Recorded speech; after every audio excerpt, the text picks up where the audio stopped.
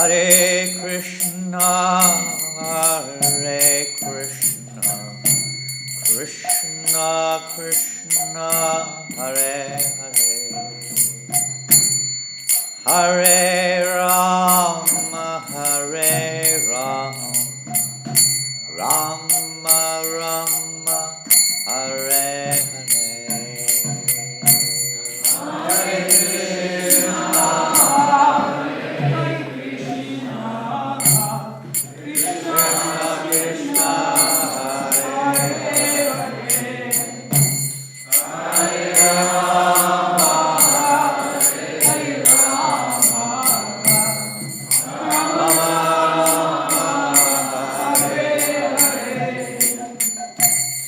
Hare Krishna,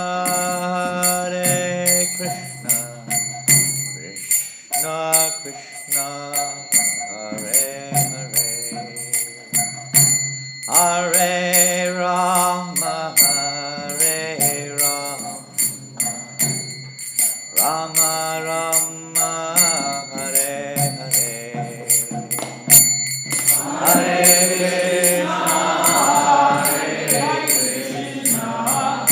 Krishna Krishna, Hare Hare, Hare Rama, Hare Rama, Rama Rama, Hare Hare.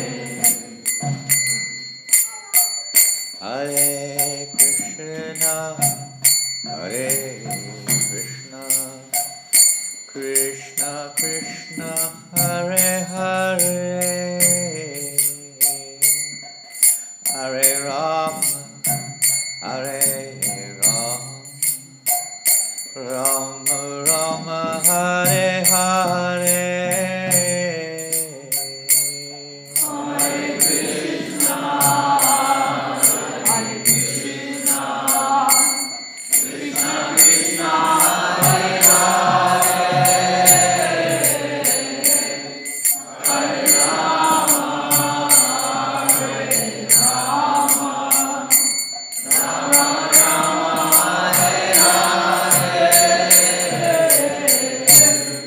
Hare Krishna. Hare Krishna, Hare Krishna, Krishna Krishna, Hare Hare, Hare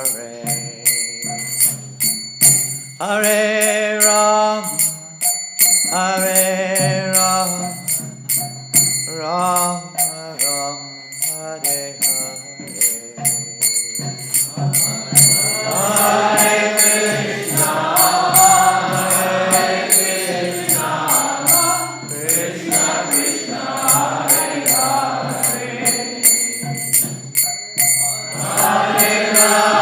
Hare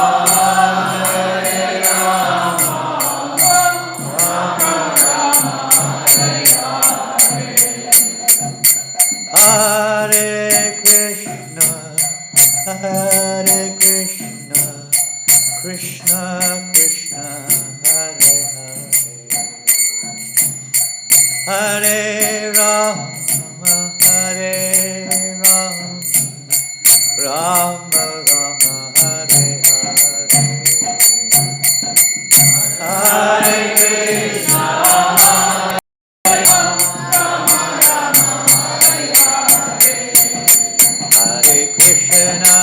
Hare Krishna, Krishna Krishna, Hare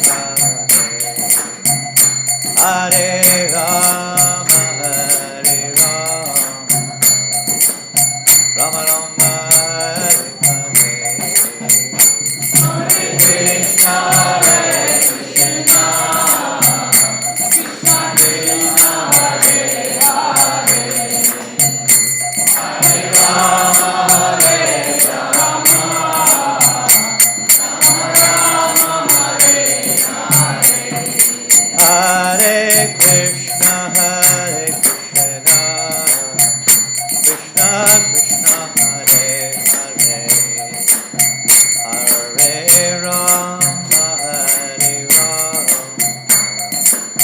Rama Rama, Hare Hare, Hare Krishna, Hare Krishna.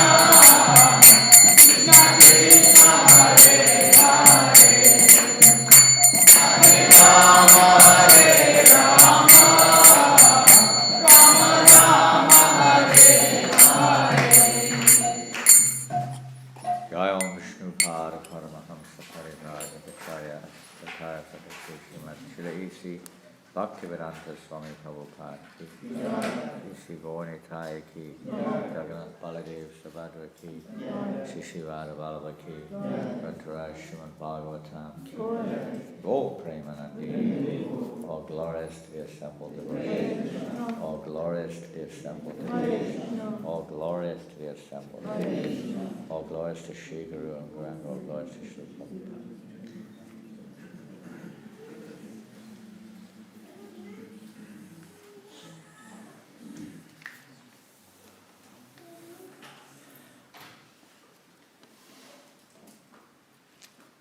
Om Namo Bhagavate Vasudevaya. Om Namo Bhagavate Vasudevaya. Om Namo Bhagavate Vasudevaya. Om Namo Bhagavate Vasudevaya. Om Namo Bhagavate Vasudevaya. Om Namo Bhagavate Vasudevaya. Reading from Srimad Bhagavatam, Canto 4, Chapter 8, Text 62. And this is the title of this chapter is Dhruva Maharaj Leaves Home.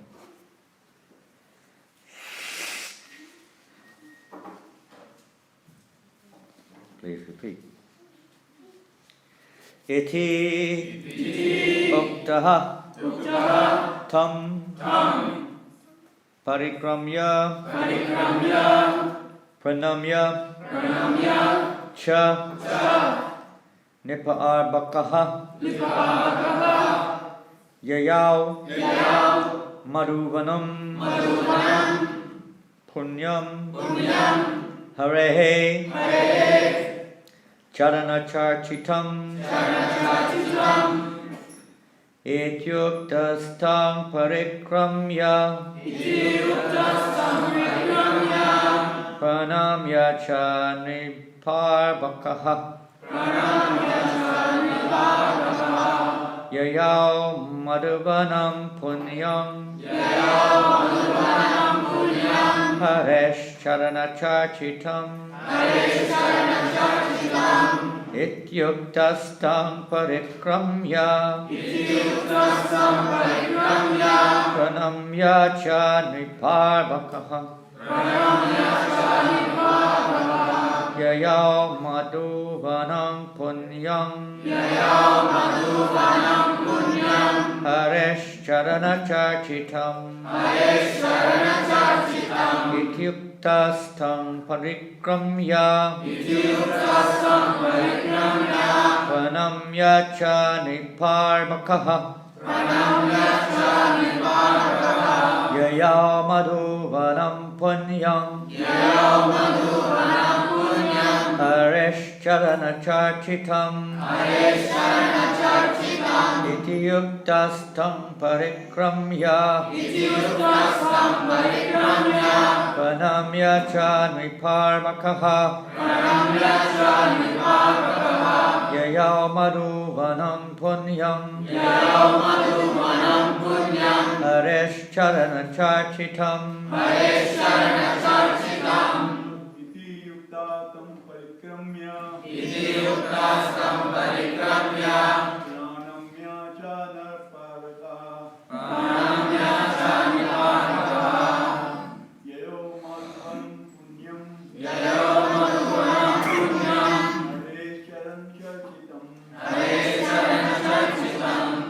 Ityuktastam parikramya Pranamya cha niparbakaha Yayau madhuvanam punyam Haresh charanacharchitam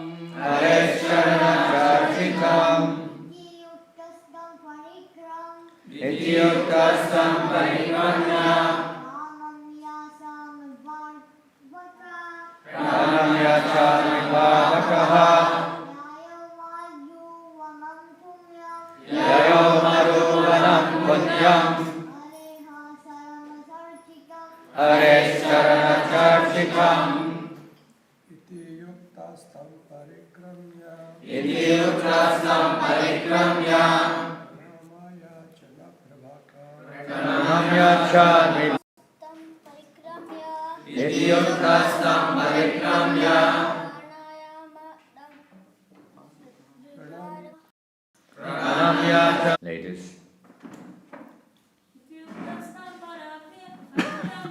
Iti Yuktastam Parikramya Pranamya Chami Yayo Madhuvanam Punyam Hare Charana Charchitam Yuktastam parikramya Iti Yuktastam Parikramya pranamamya chaniparpakaha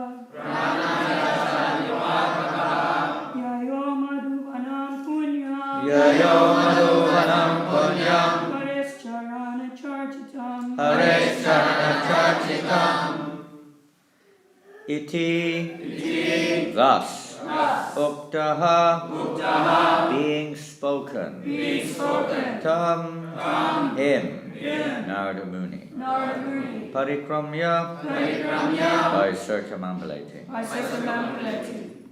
Pranamya by offering obeisances Cha also Nipa Arbakaha the boy of the king Yayao went to Madhuvanam a forest in Vrindavan known as Madhuban Punyam which is auspicious and pious Hare of the Lord Charana Charchitam imprinted by the lotus feet of Lord Krishna.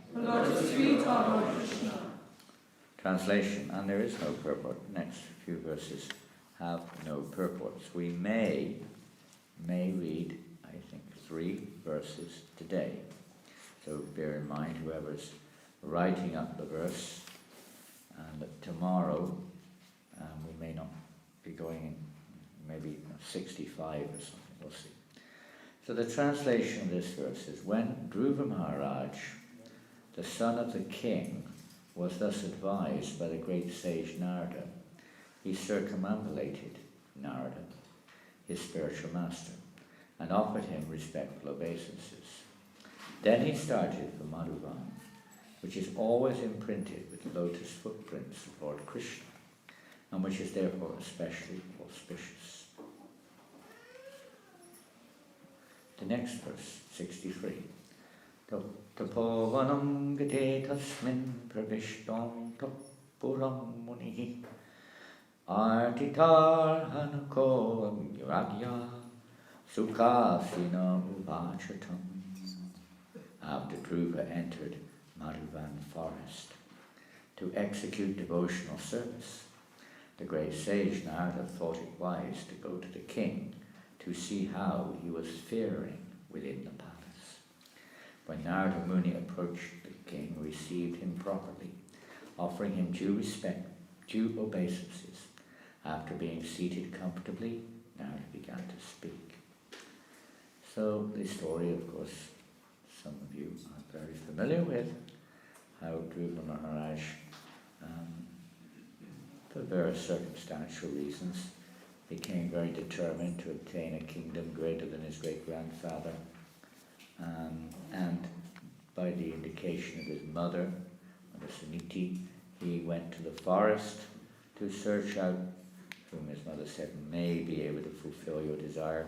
Whoever God is, you go to the forest, you may find God in the forest. So he went to the forest searching for God. He didn't really know quite exactly who this Vishnu God is, but he was so determined, of course it's not normal circumstances, these are all exceptionally special personalities involved here, but by the arrangement of the Lord, Narada Muni appeared before him and gave him good advice. His first good advice was go back home with mum and dad You're a young boy, this is not the right thing for you to do. They've realised their mistake now, at least your father has. And if you go back there, it's not good to do like this. You go back home now, everything will be okay. But he was determined. He didn't listen to Narada Muni. He indirectly said, if you want to go home, you can go home, but I'm not going home. I've got my purpose for coming here, and I'm not going to leave here until I fulfill it. He was very Kshatriya blood, very determined. Once they have something in their minds, they aim for it. They're very determined. We could learn a little lesson there in our own. We could take efforts to become devotees.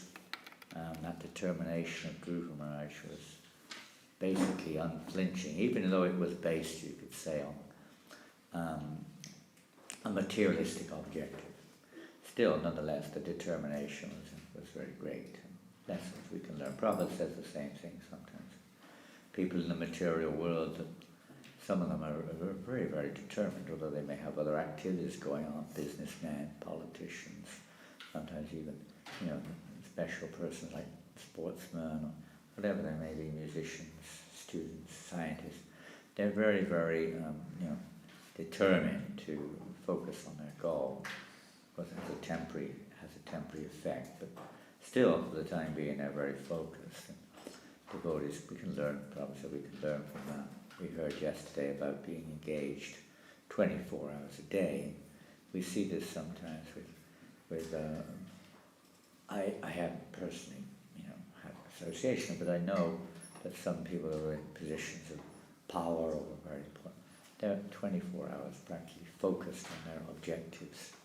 I mean, the famous Margaret Thatcher, the Iron Lady of England, Prime Minister of England, she was sleeping maybe maximum 2 or 3 hours a day.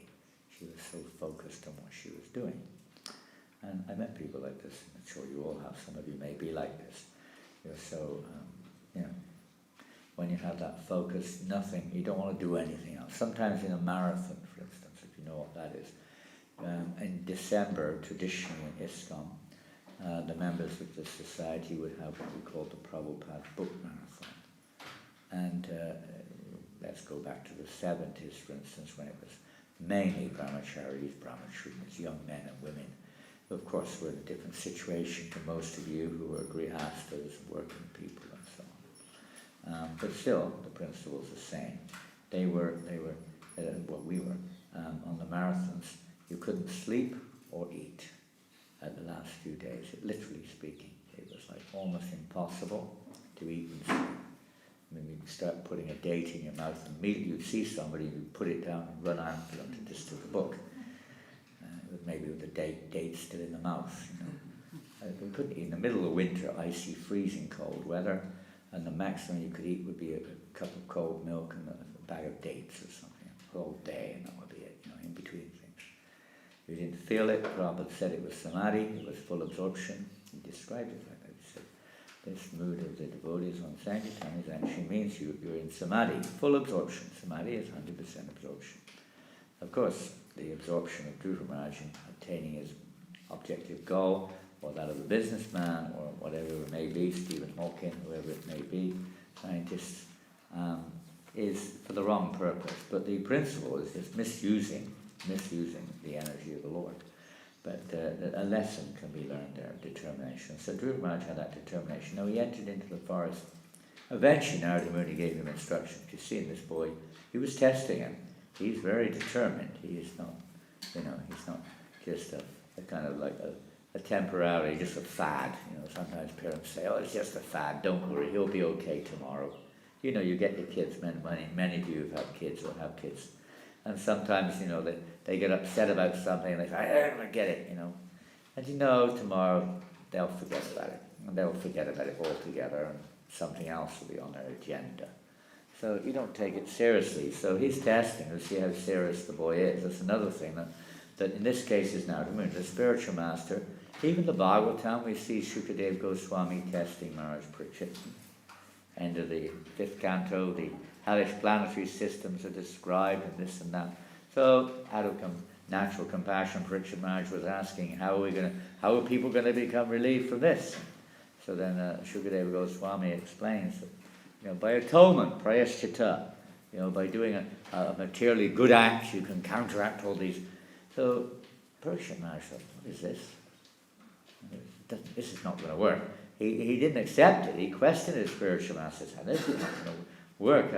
And, he had his doubts about the answer which Shukadeva Goswami gave. And then Shukadeva Goswami gave another answer, that doing this with knowledge of the the way things work and so on and so forth. Still he wasn't satisfied, and eventually only when he came to the conclusion that devotional service or spiritual activity alone, because only spiritual activity will remove the actual problem, the actual root cause, which causes people to suffer in this material world, which causes people to aspire for that little drop of nectar which keeps us going, the hope, the idea that I will find satisfaction if I keep trying in the material world, which drives us on. This is Maya's carrot in front of our nose, tempting us all. Keep going, you'll make it, and no one else made it, but you will.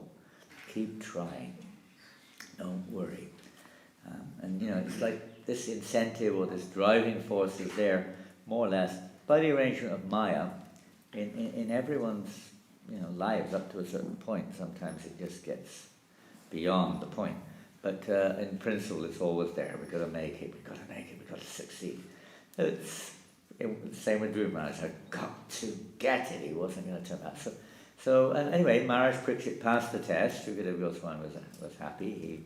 He passed. Well, you have to pass tests. Maya, Prabhupada describes, her business is to test the devotee, to see. Not just hoping that we'll fail. It's not that Krishnas keep putting tests in there. Make sure that eventually you're going to fail. And I don't have to worry about you anymore. I don't have to have your association in the spiritual world, thank God. Not like that. It's a test, what for? So to be completely free of anything else. Free. Totally free. Just like we discussed the other day, it wasn't here. We were discussing the pastimes in Bhagavad Gita, we were reading Chaitanya Charitamrita, I think. The pastimes of King Prataparudra, how determined he was to obtain his goal. Now his goal was a little different, right? What was his goal? Was his goal to be a kingdom, conquer the world? I want to be the king of the whole world and beyond. He was the king of Orissa, much of South India, but was that his goal? No. His goal, what was his goal? Yeah, to see the lotus feet of Lord Chaitanya, to have the very personal association, to get the mercy of Lord Chaitanya Mahaprabhu. And he was willing to give up anything for that. His kingdom, his life, everything. He was so determined. He tried everything. He appealed to the devotees. He appealed to Lord Nityananda. He appealed to his Sarvabhauma Bhattacharya, Ramananda Roy. Please help. I can't exist unless I get this opportunity. And Lord Chaitanya was testing him and showing us an example. That those tests may be there. And in our case, it may not be so profound test in the sense of very, defined. It's just a constant, ongoing mental, disturbance, or social disturbances, family issues, other aspirations, so many things. Devotees. The devotees are often the greatest test. It's in the association of devotees only that we can cultivate Krishna consciousness. But Krishna tests us through the devotees, It's we shouldn't think, dear. We get up, I'm never going to go to the temple again. The devotee said something to me. Never. At least I won't go if he's there or she's there. And sometimes it's childlike, just like your kids. It's exactly like a kid, exactly. Kids are being, in a sense, they're part of maturing, but the tests are there.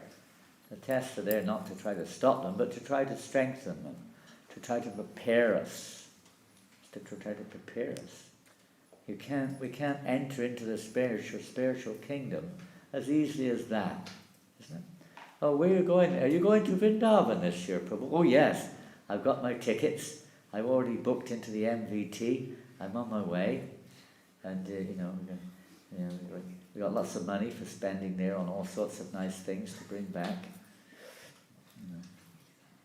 It's not as easy as that. Of course, that's also, again, a very good fortune. We can do that, and by the mercy of Prabhupada, we're able to get the association of the Dhamma a little bit. The more we hear from those who are actually nivrittatarshya, those who are free of all material motivation, then the more we can actually begin to appreciate the real nature of the Dhamma. It's not just a place you go for a holiday or have a bit of fun or whatever. Of course you don't do that, I know. But I mean, some people, maybe they go there for, maybe not just have a bit of fun, we hope it's not that bad, but they may go there just to, get relief from sinful reactions or something like that, or whatever, with the hope that we're going to become, further advanced in our Krishna consciousness. But the tests are often there. Even when you go to the Holy Dham, you often find tests are there, right? Certain tests. Sometimes the monkeys steal your glasses.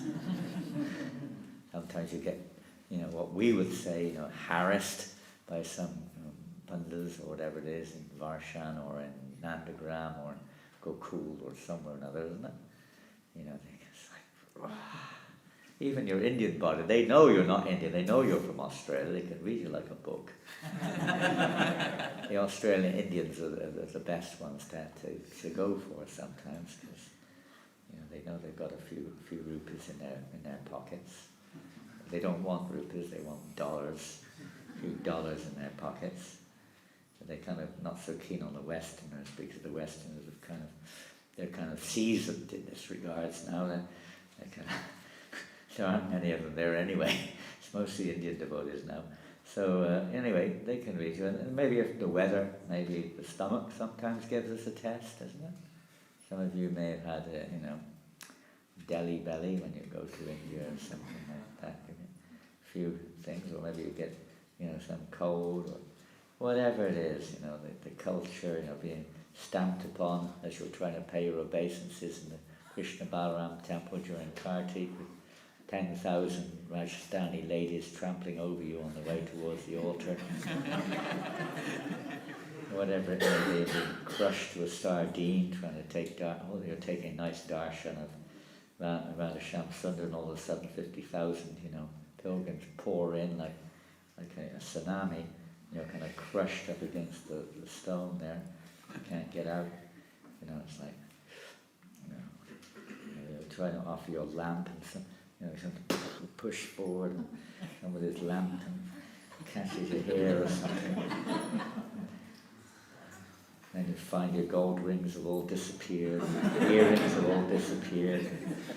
You might have a few tests there,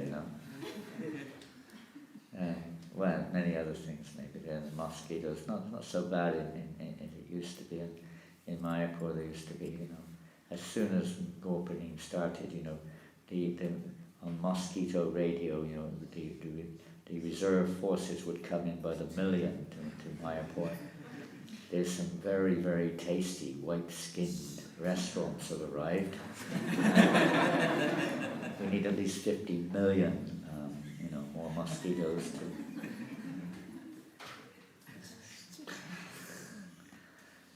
So many other things may take place. A little test may be there to see how determined we are. What is our motivation? So definitely Dhruv Maharaj was tested. There was, Maya's probably said, I've been chanting for so long, how do I make advancement? And yesterday we had coming to a plateau. It's like, what do I do? This is a test. It's a test. Okay.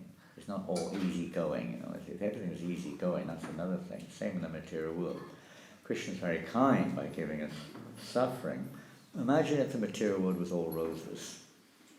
Everything was like, would you ever want to leave? Would you ever want to change? Your husband was like, the dream of every girl. Her wife was like always beautiful and always submissive to the husband. The children are like angels. And whatever you say, Daddy, please, I'm your servant forevermore.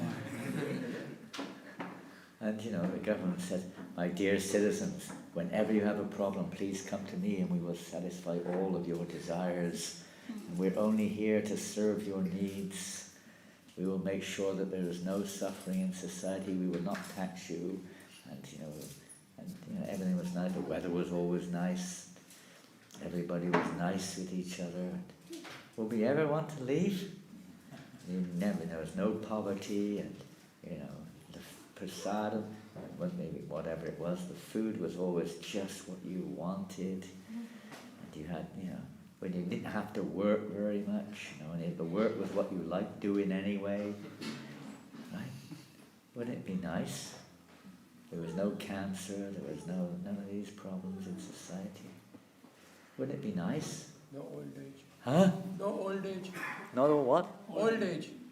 Oh, no, yeah, no old age. No old age unless you wanted it. No disease.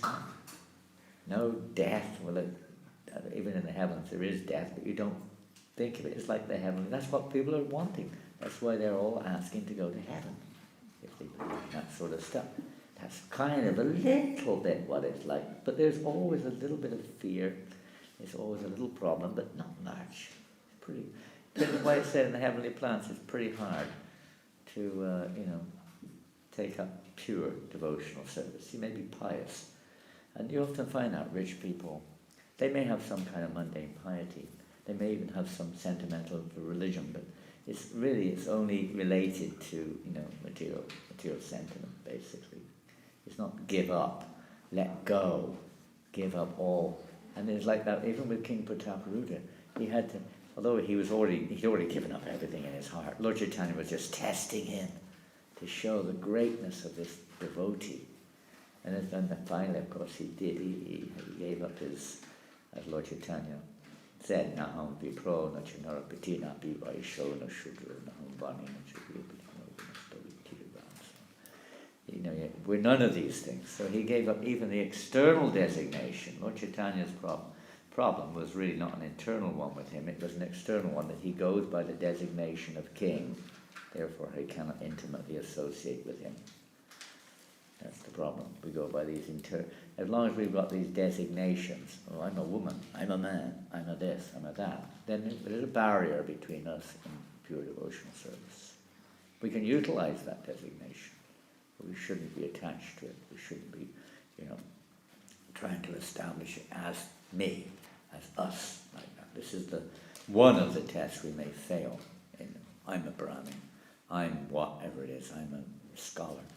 I'm a guru.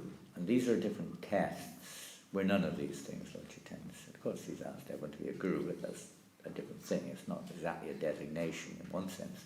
It's a service of passing on the message of which has been passed down through the parampara. It's not that we're any different or anyone's different from anyone else. It's just the degree that one passes on that message. So these various tests may be there. So if everything was just, we would never think about, So I was reading this morning a conversation with Prabhupada in Perth with this girl named Carol, and she said that. She said, "Isn't suffering good sometimes? Doesn't it help people turn to Krishna?" And Prabhupada said, "Yes." But they said sometimes people don't listen. They don't take the advice what to do. Sometimes that happens. People are saying, "Oh, God." They don't believe in God, but even sometimes they say, "God, help me." They're atheists. And even atheists sometimes say that, when they're really in a difficult situation. God save us, God help us, God this or that. Sometimes. With a lot of pious people, at least, they do. But then as soon as they're in a normal situation again, they usually, kind of put it to the sideline again. It's not such a serious absorption, a serious endeavor. But it's meant there. The suffering in this world is meant as a positive incentive. So the challenges we have in our devotional lives are not, we shouldn't think, oh, this is a result of devotion. Sometimes we think it's a result of these devotees, is a result of the movement, is a result of Krishna consciousness. Sometimes you go to that extreme, or it's God himself. Sometimes we go to that extreme, but it's not. It's actually to help us. Otherwise, if it was all plain sailing, there wouldn't be so much of an incentive to actually surrender to the Supreme Personality of Godhead. We've got to the whole aspect of Krishna consciousness is to bring us to that point of Sharanagati, or complete surrender, not just on a conditional basis. If I'm happy, I'm in devotional practices, I'll carry on. If Krishna shows himself to me, then I'll believe it. All kinds of different conditional aspects. Okay, we can say, well, isn't that a little bit like blind faith? But in one sense, everything in the material world is blind faith, pretty much. And we have the association of pure devotees of the Lord, still there in our fortune of meeting Srila Prabhupada and so on and so forth. That is there. And it's not just blind faith. As we go along a path, for instance, if you're going along a path from here to Canberra, there will be certain signs on the road, and they will be indicated before we start. If you suddenly see a sign Geelong, is that how you pronounce it, Geelong? 5 kilometers, you might realize maybe I'm on the wrong road, or Bamborough or something, or the other way, Adelaide or something. You may think, maybe, am I on the right road here? You're questioning. You have to question. Sure, we have to use our intelligence to question and see what's wrong here. Am I going in the right direction or not? And the right direction might say roadworks, traffic jam, dangerous corner, speed limits. There will be tests on the way, and you have to adhere to those. It is part of the test. You can read it, that there will be these challenges will be there. These already existing, anarthas or desires for various goals in life, material goals, they'll come before us. They may come directly in our own internal, or they may come through somebody else.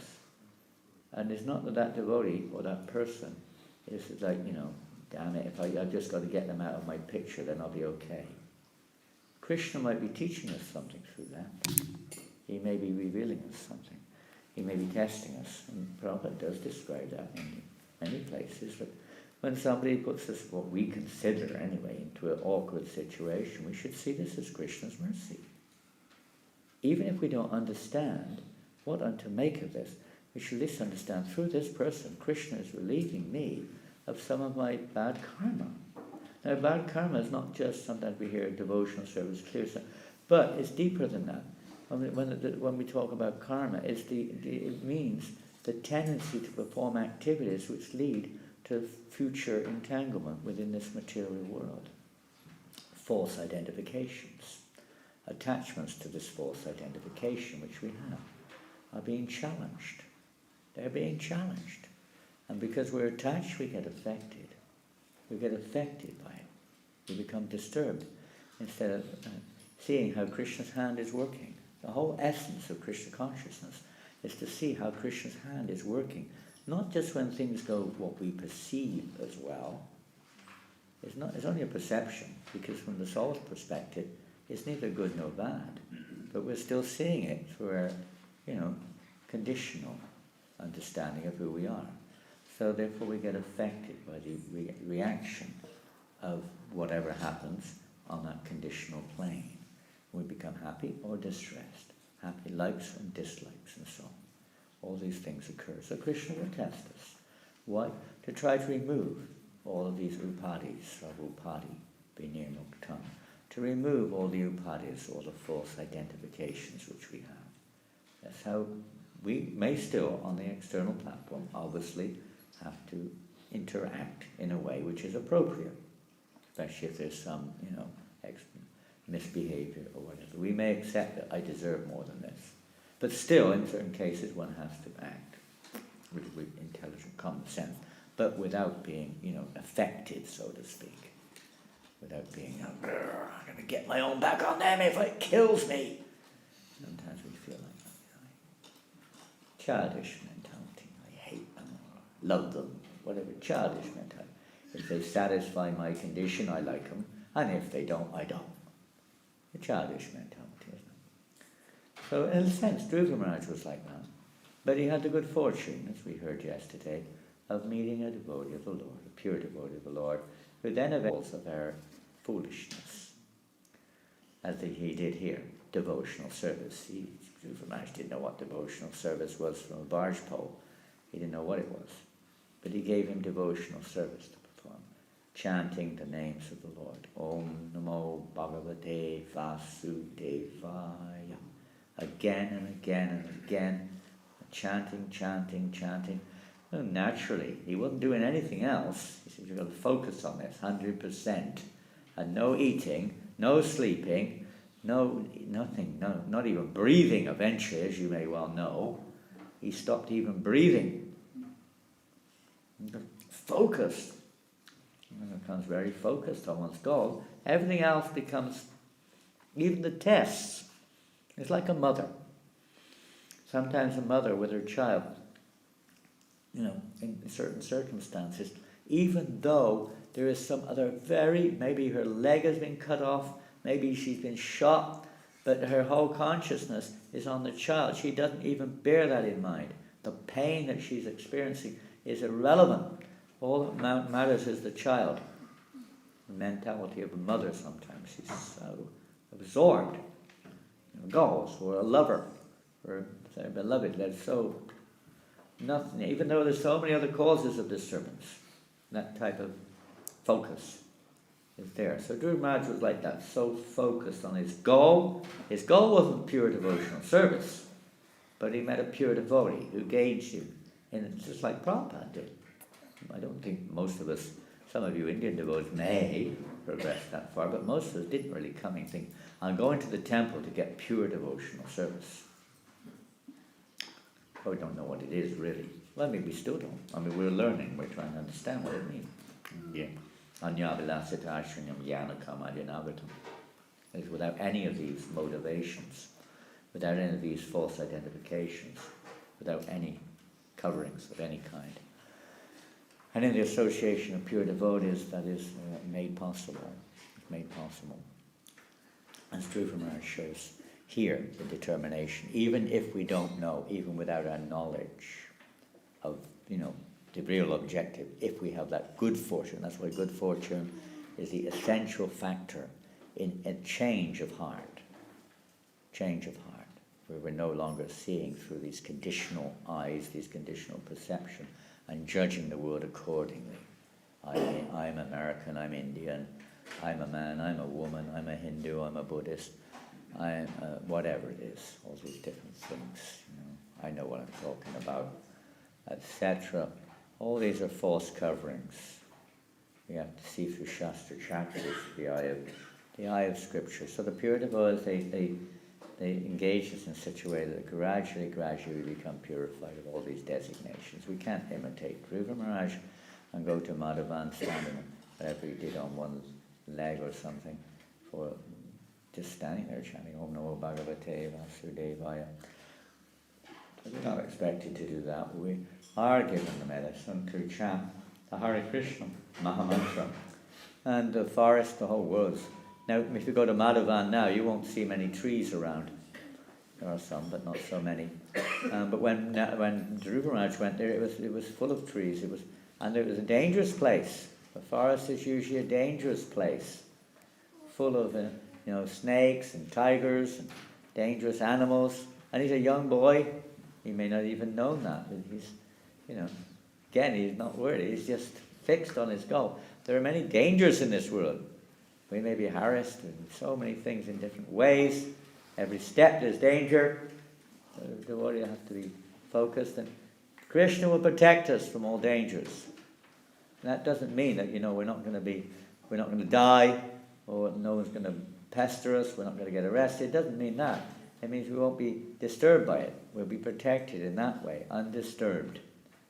And Krishna wants us. The devotees want us to. They're very kind. They do it in such a way that, as we said in the beginning, like a trick to bring us to pure devotional service. Sometimes we resist it. Sometimes we systematically try to resist it. We get together, birds of a feather flock together. We get together and we agree that, we've got to defend our rights. And we try to, make a bubble and protect us from these situations, etc. But eventually that will burst also. We've got to get out of that type of a collective foolishness also.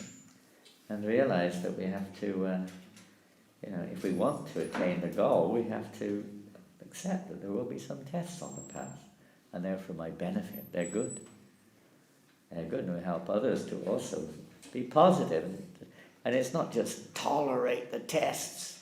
Tolerate, like some yogi, under the water in the middle of winter, freezing cold water. He's determined. He will not give up. Not like that. It's joyful. That's the wonderful thing about Lord Chaitanya's. The tests are there, but there's also the very sweetness within it. It's very sweet. And when we take the test and take it from the point of view of Guru, Shastra, Sadhu, you feel great relief. It's not like, oh no, how many more? One feels relieved. Relieved. And at the same time, of course, it's not just about getting relieved, it's about developing, it's about taking on more and more devotional, let's say, association. Hearing and chanting, the taste, as we hear these whole instructions previously in the Bhagavatam, developing a taste for the process. It comes. One develops an attraction for hearing and chanting. It'd be nice if we couldn't stop hearing and chanting. That's, in one sense, there's two things going on. The one is like dissolving that which is an obstacle, and the other is replacing it with that which is favourable. Like that are going on. The temple is the place we really meant. We can't rubber stamp these things, but this is what to be worked towards, or to some extent is definitely going on.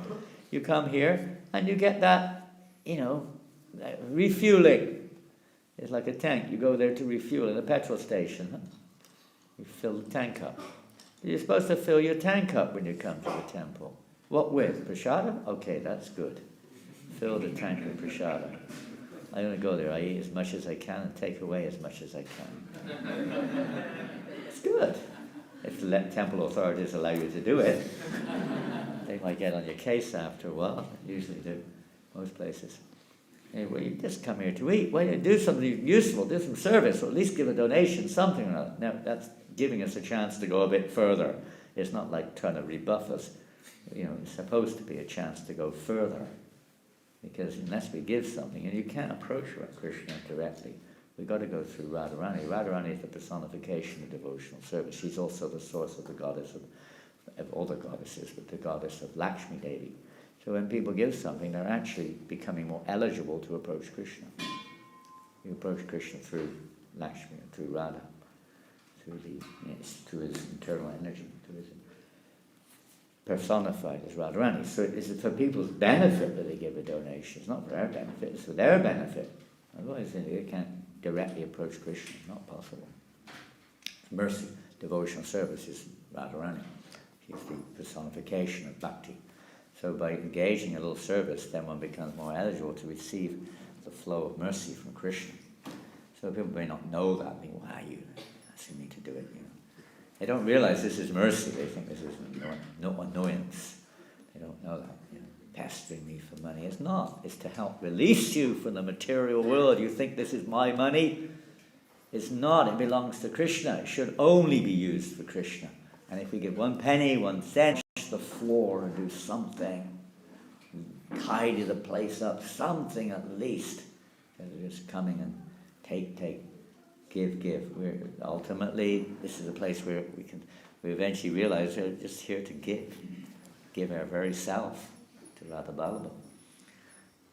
This is what the temple's for, to entice us, to attract us, with sweet kirtan going on, prasadam, hearing Krishna Katha, and that's what's going on. And sometimes there's a little interference on the screen, but basically that's what the temple's for.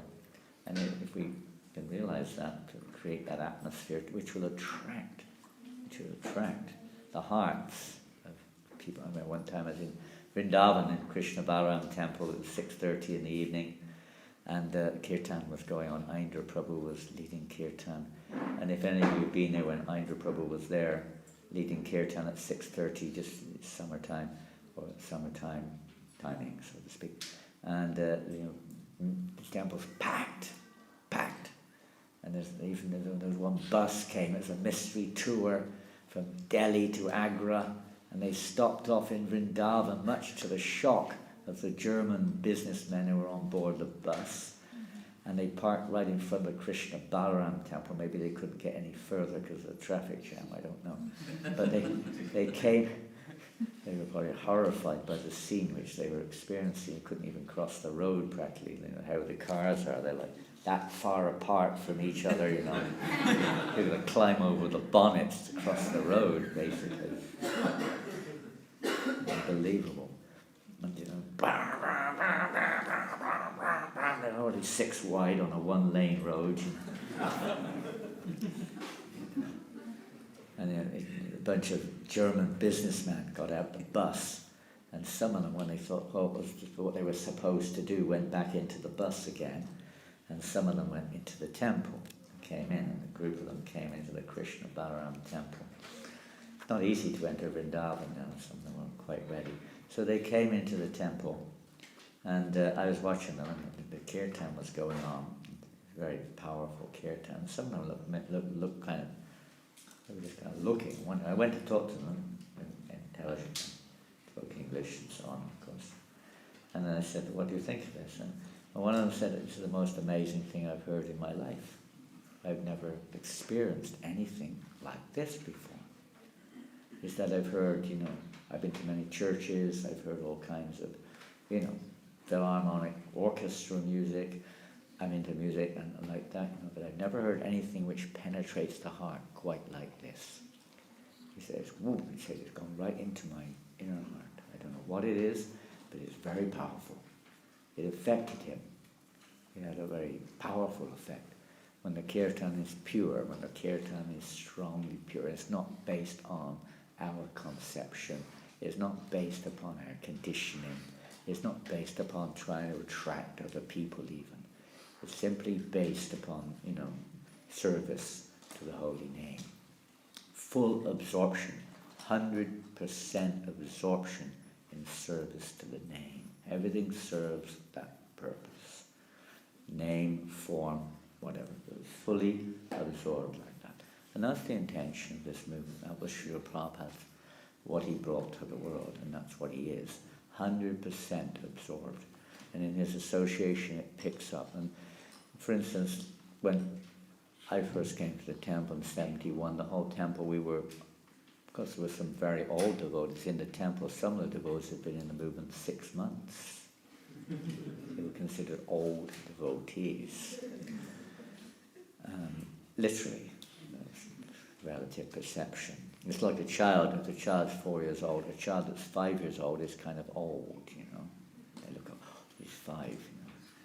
So they've been in the movement 6 months. It's like this. You know. And if a devotee's been in the movement 5 years now, they're not initiated. He's just a bhakta. They're just bhaktas. They can't do that. He's just a bhakta. Now, bhakta after 3 months meant you had to give Bhagavatam class. It was like, and you had to lead the kirtan and take the Sankirtan party out, things like that. But now it's kind of like, you never think like that. It's been in the movement 30 years and you haven't even given a class in some cases. Okay, not everyone's cut out for that, that's okay. But the whole mood was like, we were simple, it was maybe very simple, and very unusual, some of them. But the whole atmosphere was like very simplest, very simple, not complicated. And there weren't many activities. The main activities were the temple program, because only those who were really old devotees who happened to be initiated were on the altar. The deity worship was very sophisticated. It took about 35 minutes to do the deity worship in the morning of Radhalandadishwar. And Jagannath got dressed once a week. They were sitting on Jagannath, big days of Jagannath, Baladev, Subhadra. Didn't take long. Prabhupada said, we would sit an hour and a half chanting japa in front of the deities every morning. It was really nice. 6 classes a day in the temple. There was no need of Bhakti Shastri and so on, because the temple was what it was. Every book, teachings of Lord Chaitanya, nobody had books, there was only one copy of each. So if you didn't come, you never heard about it. Isha Upanishad, Nectar Devotion, Teachings of Lord Chaitanya, Bhagavad Gita, Srimad Bhagavatam, and Songbook every day. Anything from 15 to 45-minute classes on each one. And then after that, Krishna book reading at night before going to bed. That was it. And during the day, well, what else do you do? You just kind of sit around eating and sleeping. No, minimum 8 hours a day on the street doing Harinam. Minimum. Wasn't much time left. The morning program was 4:30 to 8:30. That's 4 hours. Evening program was 6:30. Depended, varied a little bit. But usually 6:30 through to 9:15. So it's almost 3 hours. So that's 7 hours just on the sadhana program in the temple with the devotees. Now you can't do it. You're working people. You're rehabs. I'm just giving an example. Full absorption. We were fully absorbed in Krishna consciousness, exactly. You were in an atmosphere which meant you were absorbed. No choice, or you wouldn't stay. And then, after that, everybody cleaned the temple, including the temple president. There was nothing else to do. They didn't have all the management they have to do now. It's very simple. There were no other programs. And then after that, usually we do it before breakfast, 8:30 to 9. Then 9 o'clock breakfast, 9:30 out on the street. Till 1 o'clock, 1:30. Then lunch would come to us in the park, usually. Or we'd go up and down the road back to lunch. And then again, 2 o'clock, 2:30, back out on Harinam again till 6 o'clock. 8 hours a day like that on Harinam. Sometimes later, if it was late night, we would sometimes miss the evening program, go on, carry on. But generally 7 or 8 hours like that on Harinam Sankirtan. And Prasadam was there. And that was it. That was the temple. And while we're cleaning, everyone was chanting Hare Krishna, singing the whole temple. There was kirtan going throughout the whole temple. And there wasn't anything much else going on. There was no time for gossip, idle talk, Facebook, footbook, whatever you do these days. All these things you do. Can't get off the flaming mobile for a moment practically. Even during class, even during kirtan, even during Rath Yatra, the flipping mobile's still there preaching to us. Of course, it can be used, it really is essential. It can be used in devotional service, but we have to be careful that we're not used by it. Use it. It's a very valuable tool. Prabhupada definitely would encourage us to use it properly. It's almost unavoidable now. Same thing with internet. Nobody writes a snail mail anymore, right? Huh? Who writes snail mail? Hardly anyone. It's very difficult. What's to do with this? They haven't put their email address on it. How can I answer this? We don't know how to write with a pen, You don't write with a pen. You can't do that. Things are... But, time's there. You utilize what the situation is, but don't be utilized by it. So that full absorption, during Maharaj's full absorption in devotional service, means what his spiritual master Narada Muni gave him, he executed it %. He didn't say, okay, he's not looking now, I'm going to have a cigarette.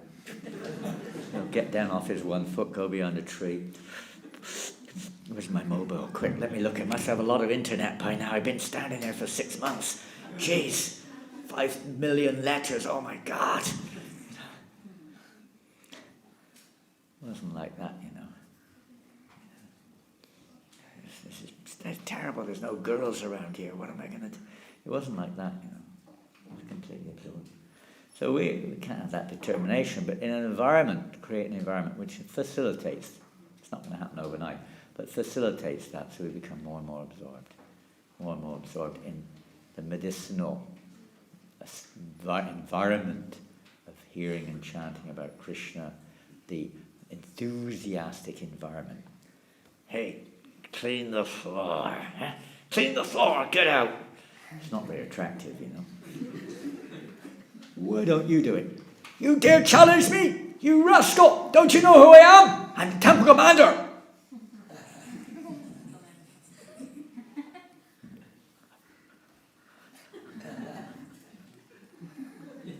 I'm sorry, I didn't mean to. Don't you do that again, okay? Or you're out. It's not a very attractive way of, devotional services, nectar and bliss.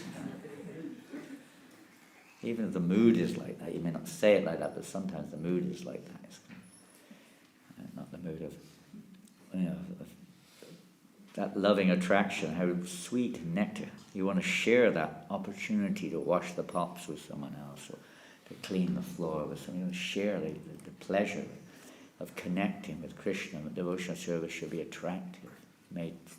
That's what attracts people. It's not just do it or else. It's something attractive. It's the most attractive. Krishna is all attractive. The devotional service should be like that, very, very attractive. It's like on Harinam's an easy one to give an example, isn't it? Everybody knows if the devotees were like spaced out, grumpy, they're all demons. These people are all demons. They don't like us anyway. What am I doing here? This is a waste of time. These people are all demons. I'd better go back. It's prasadam time anyway. The only thing I like about this movement. As long as they don't ask me to go to class or something like that.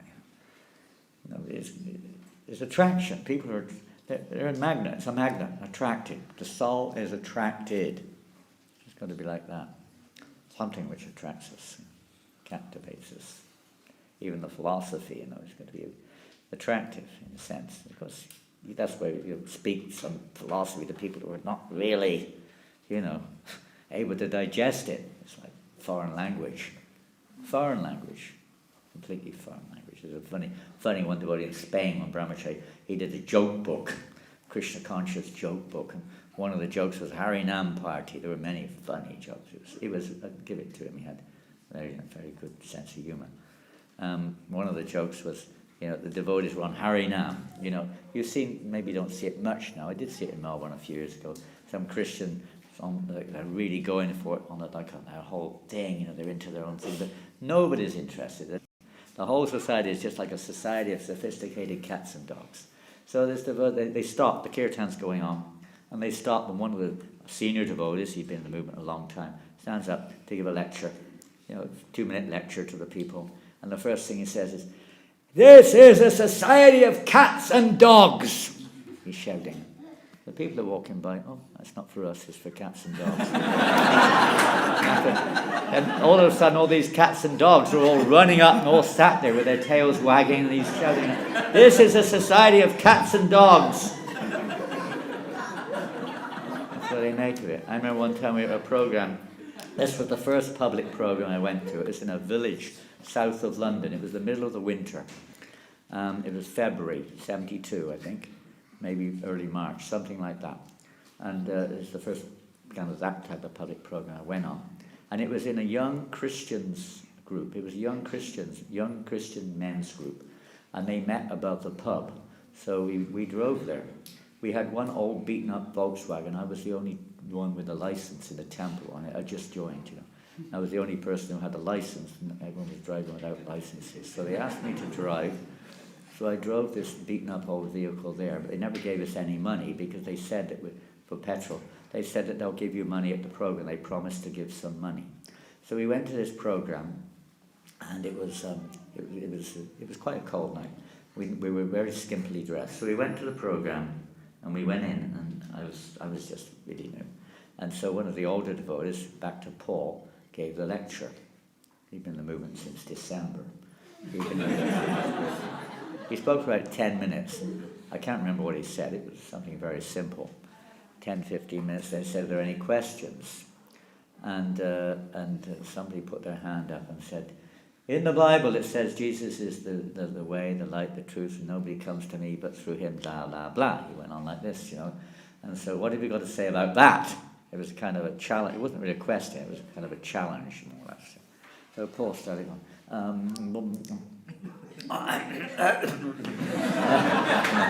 There he goes. And one of the older boys had just been initiated. I won't mention his name. Just got initiated. Been in the movement 6 months. So he just got initiated. So he took the stand. He said, he looked. There's about 30 of these young guys in the room. And he said to him, "Do you eat meat? You eat meat, don't you?" He kind of went like this. And he kind of Everyone looked at each other. They thought, what's that got to do with the question? Kind of didn't seem to have much relevance. You eat meat? Because they probably didn't even know we were vegetarian anyway. It was like an irrelevant question. And so he said, of course I eat meat. It's like, it's a normal thing that people do. I mean, of course we eat meat. What do you ask that for? He said, you eat meat? And he said, yeah. He said, you are as good as a pig! He shouted at him like this. You're just a pig! The devotee giving a nice lecture. It was very attractive. Even I was shocked. I couldn't quite follow the train of logic going on behind here, but neither did anyone else. Everybody left. The whole 30 left the room. They got up and walked out. The only one left was the organizer, and he told us to please leave. Please go away. And I'm not giving you any money. That was the end of the program. That was it. We went outside, and we had to leave. And we had no money. We didn't have any money for petrol. We couldn't fill the tank up. We broke down all night long. We were walking up and down in the middle of nowhere, frozen to death in the countryside until the morning came. And we were able to contact the temple, and someone came and bailed us out. And it wasn't very effective. It wasn't quite the thing to do. It may be true, but it's not digestible. You know what I mean? But what was digestible were the ladus that we cooked for the program. Bhumadev Prabhu was a wonderful cook. He cooked 3 trays of ladus, 70 ladus on each tray. Fantastic. They were the best. I mean, sometimes when you taste something it wasn't the first time I had ladus, but this was the first time I would say it was the best ladu I tasted. I'd had ladu a few times before that. I loved it. So I was a ladu addict. We say ladu for sadhu, but I know sadhu and badu. Ladu for badu. But anyway, I like those ladus. And luckily enough, everyone else was outside the van when we broke down in the middle of nowhere on the way back with no petrol. And I was left in the car alone with 2. Between us, we consumed, there were about 6 of us, we consumed 1 tray. That was probably 60 or 70 ladus. And I was left with 2 ladus trays. And I finished off almost the entire 2 ladu trays. And they're very warm, by the way. If you're cold, ladu does warm you up. But the butter and the chickpea flour are very heaty. I started to feel warmer and warmer as the night went on. It was a very memorable experience, I must say. The whole program, things like this stick in your mind, but then you realize 2 sides. Learning lessons. Kind of a test, not to do it again anyway. I haven't repeated it since then, and I'm not intending to yet in this lifetime anyway. So the test may be there. Dhruva Maharaj had his test, and you can say he passed the test in reality. When finally the Lord came before him, he had no more desire. He said, I've approached you, my Lord, looking for broken pieces of glass, considering a kingdom as great as Lord Brahma to be broken pieces of glass. But now I have achieved the most valuable jewel. I don't have any other desire whatsoever. I just want the opportunity to serve your devotees. Prahlad Maharaj had the same test. When Lord Nrsingadev asked him, any boon you want, he said, I have nothing to ask. I simply want the opportunity to serve your devotees forever. That's all they desire. Even though the Lord could have offered the whole world, the whole universe at your disposal. He didn't want it. He didn't want it. He learned his lessons. So, like that, we learn our lessons and we eventually give up that which is, let's say, unfavorable to enter into Vrindavan. We said it yesterday. Vishaya chariya kabe shuddha habinam kabe hama heravo shri Vrindavan. If we want to enter Vrindavan, then we have to let go of all these things, sooner or later. Sooner or later. All these upadis and all these alternates, independent desires, seeing things independently of that, replaced with loving devotional service. And that is received by the mercy of the loving devotee. Srila Prabhupada is giving us that opportunity. So try to make the temple the most, what it already is, even more attractive. So attracting people to Krishna consciousness. see the 10% devotion and the purification, which should take place. At the beginning, it may be the dirty things come up and a bit of irritation is there. In due course of time, the good qualities should also be manifesting. Qualities of the Vaishnava, and that's the most attractive quality, manifest through the devotee. That purity is the force.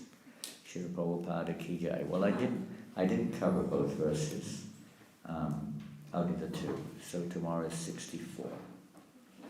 Tomorrow's text 64. Srila Prabhupada, any questions? Sunday today, isn't it? Day of rest.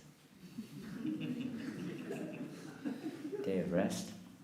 So that we go to bed after this, right? Eat, have a big breakfast and go to bed. Is that what we do? I don't know what you all do. There's no. Our rest is devotional service. Otherwise, we get arrested by the material energy. Any questions? Yes, wonderful. Now, I try to get the names right. Who is Krishna? Krishna 1. Are you Krishna 1? Krishna 1. Who is Krishna 1? You're Krishna 1? And who is Hayagriva? Is he here today? There's Hayagriva. And who is Prananath? Is he here today? Prananath didn't come. Who's Krishna 2? Is he here today? Are you 1 or 2? You're number 2. Who's 1? Are you 1? You're number 1. You're Krishna Das? You're also Krishna 1. Krishna 2. And who's Venugopal? Is he here? Here's Venugopal. And what was your name? Shiva. Lord Shiva's here. Srivas. Huh? Srivas. Srivas. Oh, wow, wonderful. Srivas Thakur is here today. Wow. So Krishna 1. Krishna 1. You won, did you? You won? Do you have a question? My question is, Bhagavad Gita is a song of God, but how do we sing it? How do we sing the Bhagavad Gita? Well, ultimately we sing it with the mood of Arjuna, but there are many wonderful tunes of singing. Denosmin yatadehe kumaram yovanam jara tatade antara patir dirastatram namuyati. It's one tune. There are many tunes, beautiful tunes. Prabhupada said we could sing it on Sankirtan. We always used to sing Ishopanishad and some verses, like especially Ishopanishad, we used to sing it on Harinam sometimes. We don't generally do it, but Prabhupada said you could. Ishavasyamidam sarvam yatkincha jagajam jagat. Oh, you follow Yamuna's, she sings it nicely. Om Purnam Marah Pyramidam. With a nasal voice, she sings it. Can't make out it was a man or a woman singing. Amazing voice, incredible. Let's just sing it. We should try to imitate her on Harinam. Let's sing it nicely. Sing it with devotion. The real essence of singing the Gita is with devotion, with all your heart. Sing it with all your heart, in whatever way you can. And ultimately in the mood of Arjuna. He heard it, of course. Krishna sang it to him, but he heard it. He heard it with a submissive heart. So sing with a submissive heart also. Devotional heart. Anything else? Any tune you like, can tune. You'll find that some of the verses, especially the 11th chapter, that there's a different meter. The verses are longer, so you have to change the meter a little bit. Any other questions? Another question: How do we eat prasadam?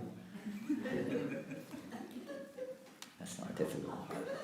Same answer, really. We have to eat it with a Krishna conscious, with our hands, of course, as well, in a Krishna conscious way. It's a very wonderful devotional activity, honouring prasadam. Please try to remember, I'm sure you do, to say the prayer before we honour and to respect prasadam and not just treat it like ordinary food and throw it in the bin. You may have a special bin for leftover prasadam, that's okay. Sometimes you can't eat it for whatever reason. But as much as possible, we should avoid that and try to respect prasadam in a very jolly mind. Don't gossip whilst taking prasadam.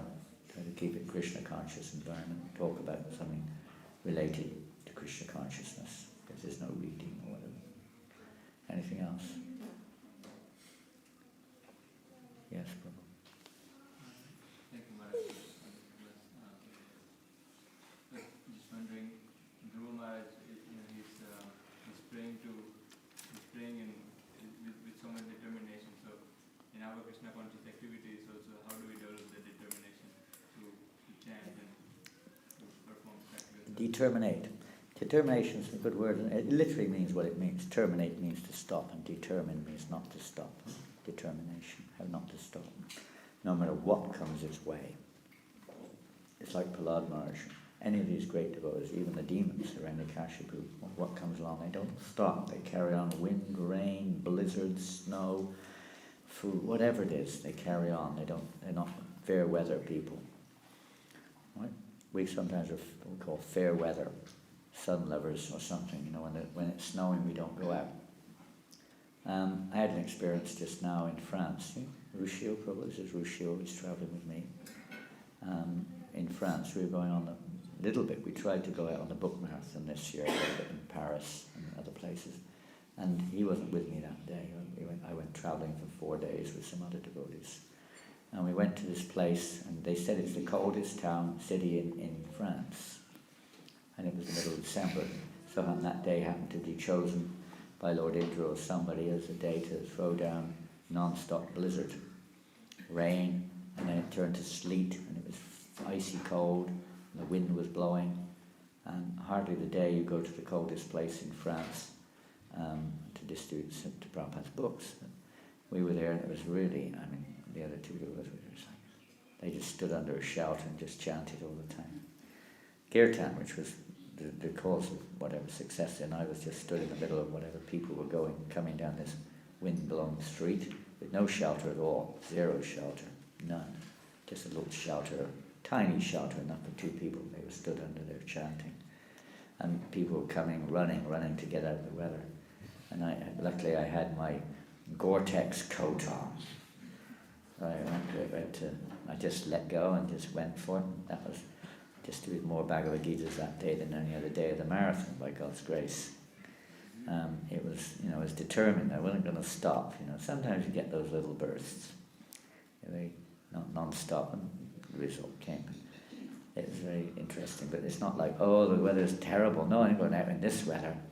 Sometimes you get the most amazing experiences using common sense that Krishna reciprocates like that. So how to develop that? Well, Bhaktivinoda Thakur says that by hearing about those who have it, and that doesn't just mean hearing, it means associating with those who have determination. And he says directly, he says, by hearing about Haridas Thakur, he uses 3 persons, maybe 4. Rupa Goswami, Sanatana Goswami, Haridas Thakur could be anybody, especially we have Srila Prabhupada. What, austerities or challenges he went through to bring Krishna consciousness to the world. And still, in a sense, the same thing is there. Hearing about them, he says, you develop 3 things: determination, courage, and satisfaction. Courage also means confidence. So by hearing about them, we develop this spirit. And that also includes association. Our ability to do things in the beginning was wholly and solely based upon Srila Prabhupada's example, living example. Then it filtered through other devotees doing, incredible sacrifices in the service of the Lord. And it's just contagious. It's contagious.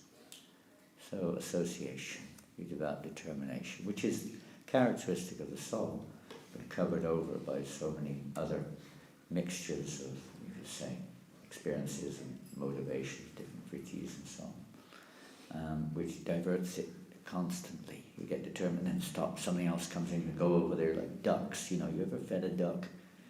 You throw the food over there, there's 20 ducks come. And then you throw a piece, they all leave that and they all run over there. They don't get this, and they run, and then they run. They don't realize, if I stay here, I'm going to get all of it. Buddhas, because they have no brains, no intelligence. So like that, some traction here, and then fulfilled that one, and phew, we're over there, diverted. So that fixed determination and a goal by education, by association, practice, and so on, determined, develops. Lifestyle, that's why in our movement we have this regulated principles. Without that, the regulated principle of freedom, there's no question of being determined in our devotional practice. This is how very important to live a pure lifestyle. Determination, you can pray for it also to the Lord, and associate with devotees who have it. Hear about devotees who are solidly determined, fixed. The other Sayatma cow would hear, fixed in their determination.